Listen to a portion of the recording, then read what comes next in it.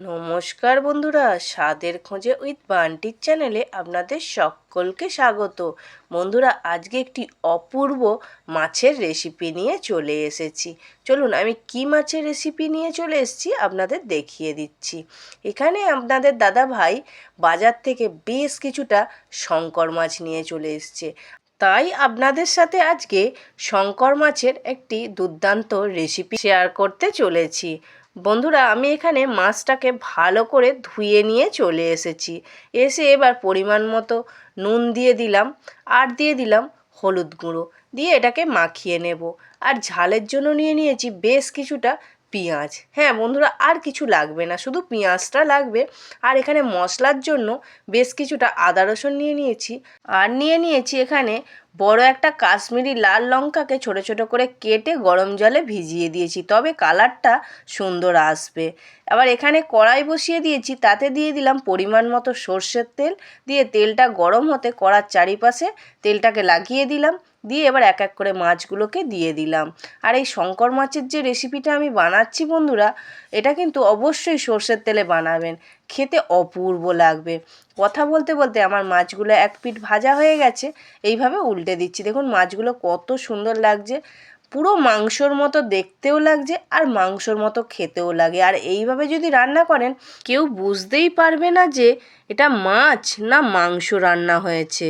বন্ধুরা দেখুন, কথা বলতে বলতে আমার এখানে কিন্তু মাছটা ভাজা হয়ে গেছে। মাছটাকে আমি তুলে নিচ্ছি। মাছটা কিন্তু খুব লালচে করে ভাজবেন না। এরপর যে মাছ ভাজার তেলটা ছিল তাতে পেঁয়াজটা পুরো দিয়ে দিলাম। দিয়ে ভালো করে এটাকে সুন্দর করে ভেজে নিতে হবে। একটু লালচে বাদামি করে ভেজে নেব।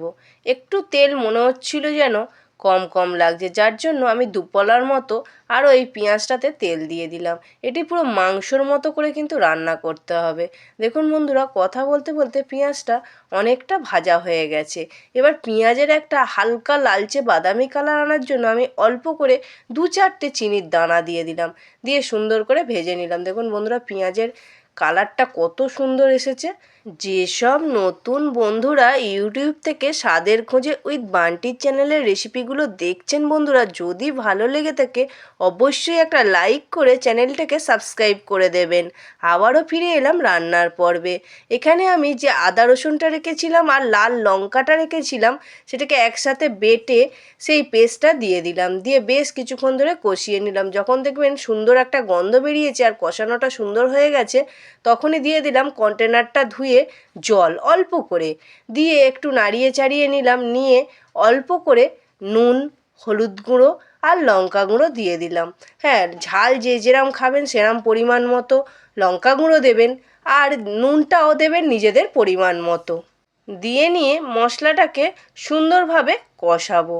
যতক্ষণ না সুন্দর করে কষানো হচ্ছে আর যতক্ষণ না তেল ছাড়ছে মশলা থেকে, ততক্ষণ কিন্তু এইভাবে কষাতে থাকবেন। আপনারা বুঝতে পারবেন একটা সুন্দর গন্ধ ছাড়বে আর কালারও চেঞ্জ হয়ে যাবে মশলাটা কষাতে কষাতে। এখানে আমি আবারও একটুখানি জল দিয়ে দিলাম। দিয়ে মশলাটার সাথে পুরো জলটাকে এইভাবে মিশিয়ে নেব। দেখুন আমার এখানে কিন্তু পুরোপুরি সুন্দর করে মেশানো হয়ে গেছে, আর আমি এখানে পরিমাণ মতো জল দিয়ে দিয়েছি। এবার ঝালটা ফুটতে থাকুক। দেখুন কতটা সুন্দরভাবে ফুটে গেছে। আর একটু ঝালটা মাখো মাখো হবে, তখন এই ভেজে রাখা মাছগুলোকে দিয়ে দেবেন। দেখুন মাছগুলো কিন্তু খুব আমি ডিপ করে ভাজিনি, একটু হালকা করে ভাজবেন, তবেই খেতে সুন্দর লাগবে। এবার ঝালের মধ্যে আমি দিয়ে দিলাম মাছগুলো। দিয়ে নিয়ে ভালো করে ফুটতে দেব বেশ কিছুক্ষণ চাপা দিয়ে।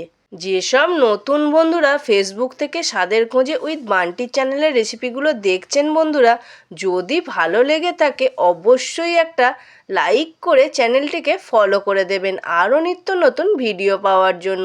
এখানে আমার ঝালটা যখন মাখো মাখো হয়ে গেছে, ঠিক নামাবার আগে আমি ছোট চামচের হাফ চামচের মতো গুঁড়ো গরম মশলা দিয়ে দিলাম। দিয়ে দেখুন বেশ কিছুক্ষণ আমি ফুটতে দিয়ে দিলাম। দিয়ে গ্যাসটা অফ করে দিয়ে একটা পাত্রে সার্ভ করে দিয়েছি। দেখুন বন্ধুরা কত সুন্দর লাগছে মাছের ঝালটা, গরম গরম ভাতের সাথে যা লাগবে না, উহ অপূর্ব, জাস্ট দারুণ। এইভাবে বানাবেন বন্ধুরা, অপূর্ব লাগবে। আর মাছের ঝালটা দেখে কার কার জিভে জল আসছে বন্ধুরা, যদি খেতে চাও চট জলদি আমার বাড়িতে চলে এসো, আমি অবশ্যই তোমাদের এইভাবে বানিয়ে খাওয়াবো। বন্ধুরা, আজকে মাংসর মতো শঙ্কর মাছের ঝালের রেসিপিটা কেমন লাগলো অবশ্যই একটা কমেন্ট করে জানাবে। আবারও দেখা হবে অন্য কোনো দিন অন্য স্বাদের রেসিপি নিয়ে।